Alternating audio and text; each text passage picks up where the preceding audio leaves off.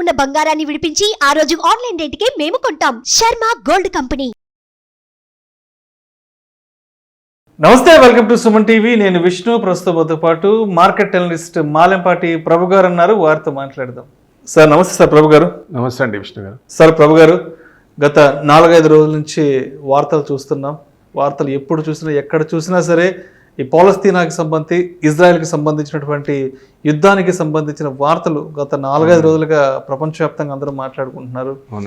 So ఎందుకు అసలు ఈ పాలస్తీనాకి ఇజ్రాయెల్కి మధ్య భీకర యుద్ధం నడుస్తోంది అండ్ ఇప్పటికే కొన్ని వందలాది మంది పౌరులు కూడా చనిపోయారు?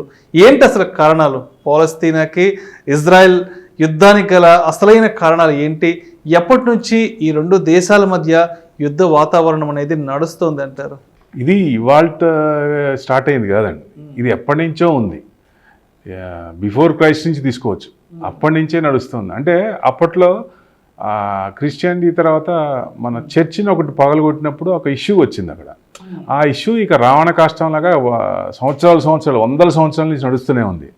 సో మళ్ళీ పడగొడుతూ మళ్ళీ కట్టుకోవడం అట్లా. ఈ ఇజ్రాయెల్ కన్నా పాలస్తీనాకి అస్సలు పడదు ఫస్ట్ నుంచి కూడా.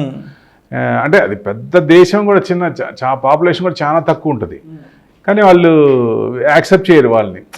వాళ్ళకి ఎప్పుడు నిన్న కూడా వాళ్ళ రిలీజియన్ మీటింగ్ పెట్టుకుంటే చిన్న పిల్లలు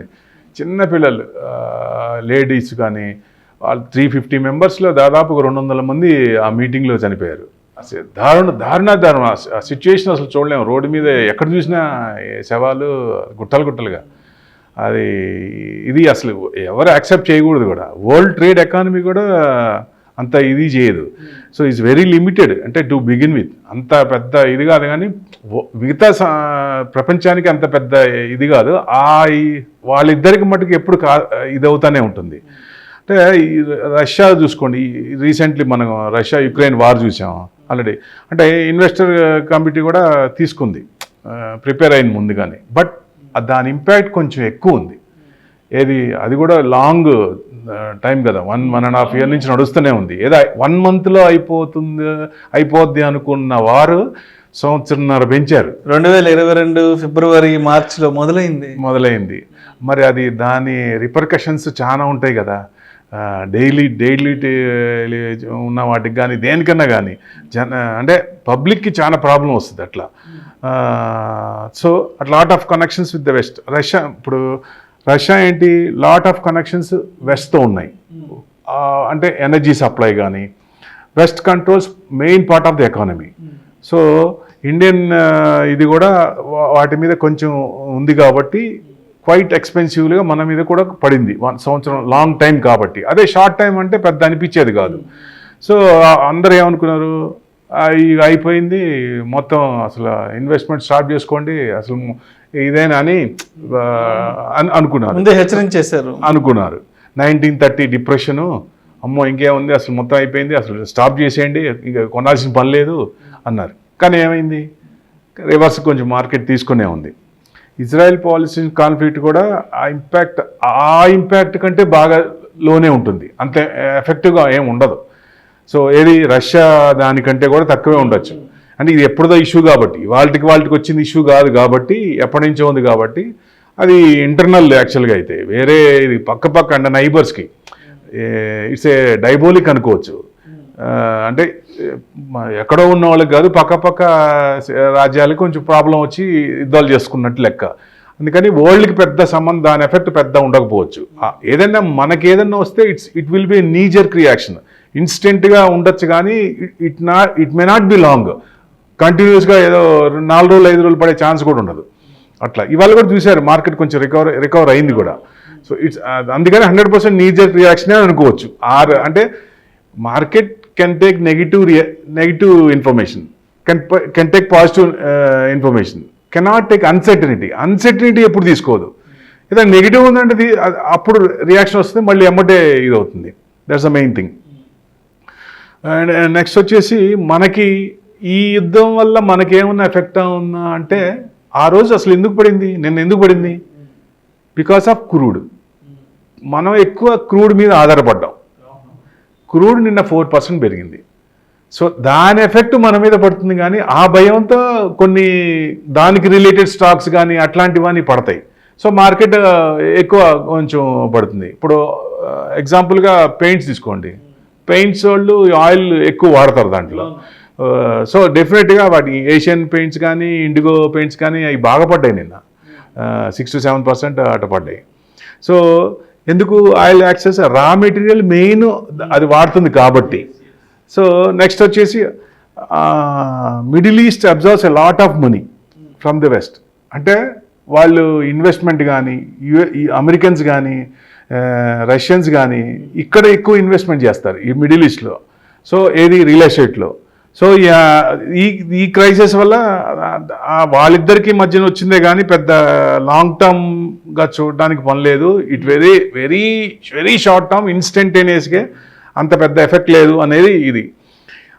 అప్పుడు ఏం చేస్తుంది వాళ్ళు, అమ్మో ఇక్కడ చూశారు మీరు యూరోపియన్ కంట్రీస్ కానీ చూశారు, దాంట్లో ఎలా ఉంటుంది ఈస్టర్న్ ఎకానమీ అంతా, అంటే వాళ్ళు వెస్టర్న్ మనీ వచ్చింది ఎమ్మటే మళ్ళీ బయటికి పోవడానికి ఛాన్స్ ఉంటుంది. గ్రోత్ ఎకానమీ కోసం చూస్తారు.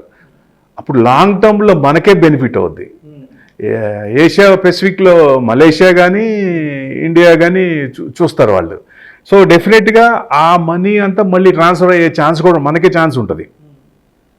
అంటే ఒకవేళ ఏదైనా స్పైక్ ఇంకొంచెం వస్తే అప్పుడు ఏదైనా కొంచెం ఇన్స్టెంట్గా 4 రోజులు ఆగినా డెఫినెట్గా డిఫరెన్స్ అనేది చాలా డిఫరెన్స్ కనపడుతుంది. పెద్ద మార్కెట్ మీద పెద్ద ఎఫెక్ట్ అనేది ఉండే ఛాన్సే ప్రసక్తే లేదు.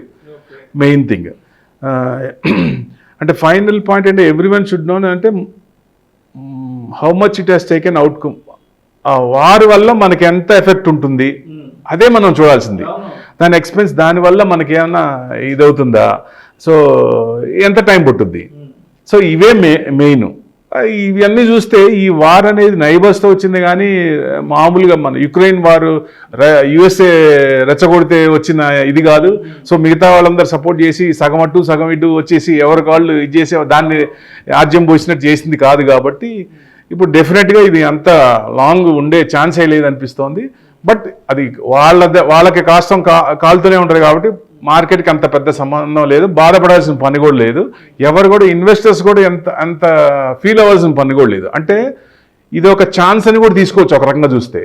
ఎందుకంటే ఇన్వెస్టర్స్ ఎప్పుడు అవకాశం కోసం చూస్తారు. వాళ్ళు పెట్టే ప్రతి రూపాయి ఎంత తక్కువలో కొనుక్కోవాలి స్టాక్స్ అనేది చూస్తారు. కాబట్టి ఇట్లాంటి అవకాశాన్ని ఉపయోగించుకుంటారు డెఫినెట్గా. వాళ్ళ మనస్తత్వం కూడా అంతే ఉంటుంది. లాస్ట్ 18 months మన మార్కెట్కి వచ్చేసరికి 18 months నుంచి మనం మార్కెట్ ఇదిలోనే ఉన్నాం. అంటే 2 years అనుకోండి. డిస్పైట్ వరల్డ్ ఎకానమీ రివర్స్ అవుతున్నా కానీ మనం బాగా మన మార్కెట్ బాగానే పనిచేసింది. ఎందుకని? Because of domestic consumption. అది బాగా సపోర్ట్ చేసింది. ఎఫ్ఐఏస్ కంటిన్యూస్గా అమ్ముతున్నా కానీ మనం ఎందుకంత మార్కెట్ ఎందుకు పడలేదు? డొమెస్టిక్ రిటైల్ సపోర్ట్ చేస్తే డొమెస్టిక్ అనేది బాగా, అంటే వాళ్ళు 5,000 అమ్మితే వీళ్ళు కూడా 5,000 6,000 దాదాపు అక్కడ దాకా అమ్మే ఛాన్స్ ఉంది. అట్లా ప్రతిసారి అట్లా వచ్చింది. ఇంచుమించుగా వాళ్ళు 40,000 కోట్లు అమ్మితే వీళ్ళు కూడా 35,000-36,000 కోట్ల దాకా అమ్మే ఇదిగా వచ్చారు. అట్లా అంటే మార్కెట్ని బ్యాలెన్స్ చేసుకుంటూ వచ్చారు, అంటే పడనీయకుండా ఎక్కువ. So domestic in the sense ఇప్పుడు మ్యూచువల్ ఫండ్స్ ఉండి ఇదివరకు ఎస్ఐపీలు తీసేవాళ్ళు. ఎస్ఐపీలు 2,000 ఎస్ఐపీలు మంత్లీ అవ్వటానికి గగనం అయ్యేది. ఇవాళ మంత్లీ మ్యాక్సిమం అసలు 15,000 కోట్ల రూపాయల ఎస్ఐపి మ్యూచువల్ ఫండ్ ఇన్వెస్ట్మెంట్స్ 15,000 అంటే అసలు 15,000 crores అంటే మాటలు కాదు కదా. అట్లా సిప్స్ బాగా పెరుగుతున్నాయి. ఎందుకంటే మార్కెట్ మీద లాంగ్ అంటే యూత్ ఎక్కువ కాబట్టి సిప్పులు ఎక్కువ అట్రాక్ట్ అవుతున్నారు. లాంగ్ టర్మ్ బేస్లో మంచిదని ప్లానింగ్ పెట్టుకొని దాని కొంత పర్సంటేజ్ ఇది చేస్తున్నారు కాబట్టి అట్లా బాగా పెరిగింది. సో నెక్స్ట్ మనం చూడాల్సింది ఏంటి? ఎర్నింగ్స్. ఇప్పుడు రేపటి నుంచి స్టార్ట్ అయ్యారు, రేపు టీసీఎస్ రిజల్ట్స్, ఇప్పటి నుంచి ఎర్నింగ్స్. ఐటీ దాదాపు సంవత్సరం నుంచి ఇబ్బంది పడుతూ ఉంది. సో టీసీఎస్ రిజల్ట్స్ బైబ్యాక్ కూడా అనౌన్స్ చేస్తారు. సో డెఫినెట్గా ఈ కమింగ్ ఈ క్వార్టర్లో రిజల్ట్స్ బాగుండొచ్చు అనే ఉద్దేశం. ఆ రిజల్ట్స్ కొంచెం అబ్జర్వ్ చేస్తే మార్కెట్ కొంచెం భూమి ఇస్తే మార్కెట్ ఇదయ్యే ఛాన్స్ ఉంటుంది. Earnings are more important. అంటే ఇమీడియట్ బౌన్స్ బ్యాక్ ఇది కూడా ఉంటుంది అన్నమాట. అంటే సంవత్సరం నుంచి బాగా ఇబ్బంది పడతారు ఐటీ సెక్టర్. సో వాటికి కొత్త కొత్త అప్లికేషన్స్ ఏఐ కానీ ఇట్లాంటి యాడ్ అవుతున్నాయి కాబట్టి ఈ క్వార్టర్ నుంచి కాకపోయినా నెక్స్ట్ క్వార్టర్ ఆ నెక్స్ట్ 2024 నుంచి మంచి జూమ్ అయ్యే ఛాన్స్ ఉంటుంది. మెయిన్ చూడాల్సింది ఏంటంటే ఇంట్రెస్ట్ రేట్లు తగ్గాలి. ఇంట్రెస్ట్ రేట్లు తగ్గినప్పుడు ఆటోమేటిక్గా డాలర్ ఇదవుతుంది కాబట్టి మనకి ఎఫెక్టివ్ ఐటీ సెక్టర్ అంతా బాగుంటుందని ఉద్దేశం. అదొకటి సార్. అంటే మ్యాక్రో ఎకానమిక్స్ ఆయిల్ ప్రైసెస్ చూడాలంటే మ్యాక్రో ఎకానమిక్స్ చూడాలి. ఎందుకంటే ఆయిల్ ప్రైసెస్ ఒకటి చూడాలి, ఇంట్రెస్ట్ రేట్ ఒకటి చూడాలి. ఇంట్రెస్ట్ డెఫినెట్గా దాదాపుగా అన్ని ఈసీబీలు అన్నీ వాచ్ చేస్తున్నాయి. ఇప్పుడు ఏం చేయాలి, ఇప్పుడు ఇంట్రెస్ట్ పెంచాలా లేదా. ఈ జనరల్గా ఏంటంటే వాళ్ళకు కూడా 2025 ఇయర్స్కి ఎలక్షన్స్ ఉన్నాయి. వాళ్ళు కూడా 1 year ముందు నుంచి కొంచెం తగ్గించుకో మిడ్ ఆఫ్ 24 నుంచి తగ్గించాలి. జనరల్గా చేస్తారు వాళ్ళు ఎలక్షన్స్ ముందు. సో ఇప్పుడు తగ్గించాలి లేదా అంటే తగ్గించే పరిస్థితి ఇప్పుడు లేదు. లేబర్ ఇది బాగానే ఉంది వాళ్ళకి, లేబర్ మార్కెట్ అంతా, జాబ్ మార్కెట్ అంతా బాగానే ఉంది. సో జాబ్లెస్ అనేది తక్కువ ఉంది. సో మిగతా అన్ని పాజిటివ్ పాయింట్స్ ఉన్నాయి కానీ అప్పుడు ఈ ఇన్ఫ్లేషన్ కంట్రోల్ అవ్వట్లేదు వాళ్ళకి. ఎలా చేయాలి అని కానీ they are in a waiting mood. ఏం చేద్దాం, ఇంట్రెస్ట్ రేట్ ఎలా తగ్గిద్దాం అనే ఉద్దేశంతో ఉన్నారు. కాబట్టి మొన్న కూడా ఫెడ్ మీటింగ్లో కూడా ఇంట్రెస్ట్ కూడా పెంచలేదు. మనం కూడా ఆర్బీఐ మీటింగ్ కూడా జరిగింది, మనది కూడా పెంచలేదు. సో లాట్ ఆఫ్ అన్సర్టనిటీ ఉన్నది అన్నమాట. ఎఫ్ఐఎస్ ఇప్పుడు జనరల్గా ఎఫ్ఐఎస్ వాళ్ళు ఏం చేస్తారు, రీబ్యాలెన్సింగ్ చేసుకోవడానికి అవకాశం ఎక్కువ ఉంటుందండి మార్కెట్లో.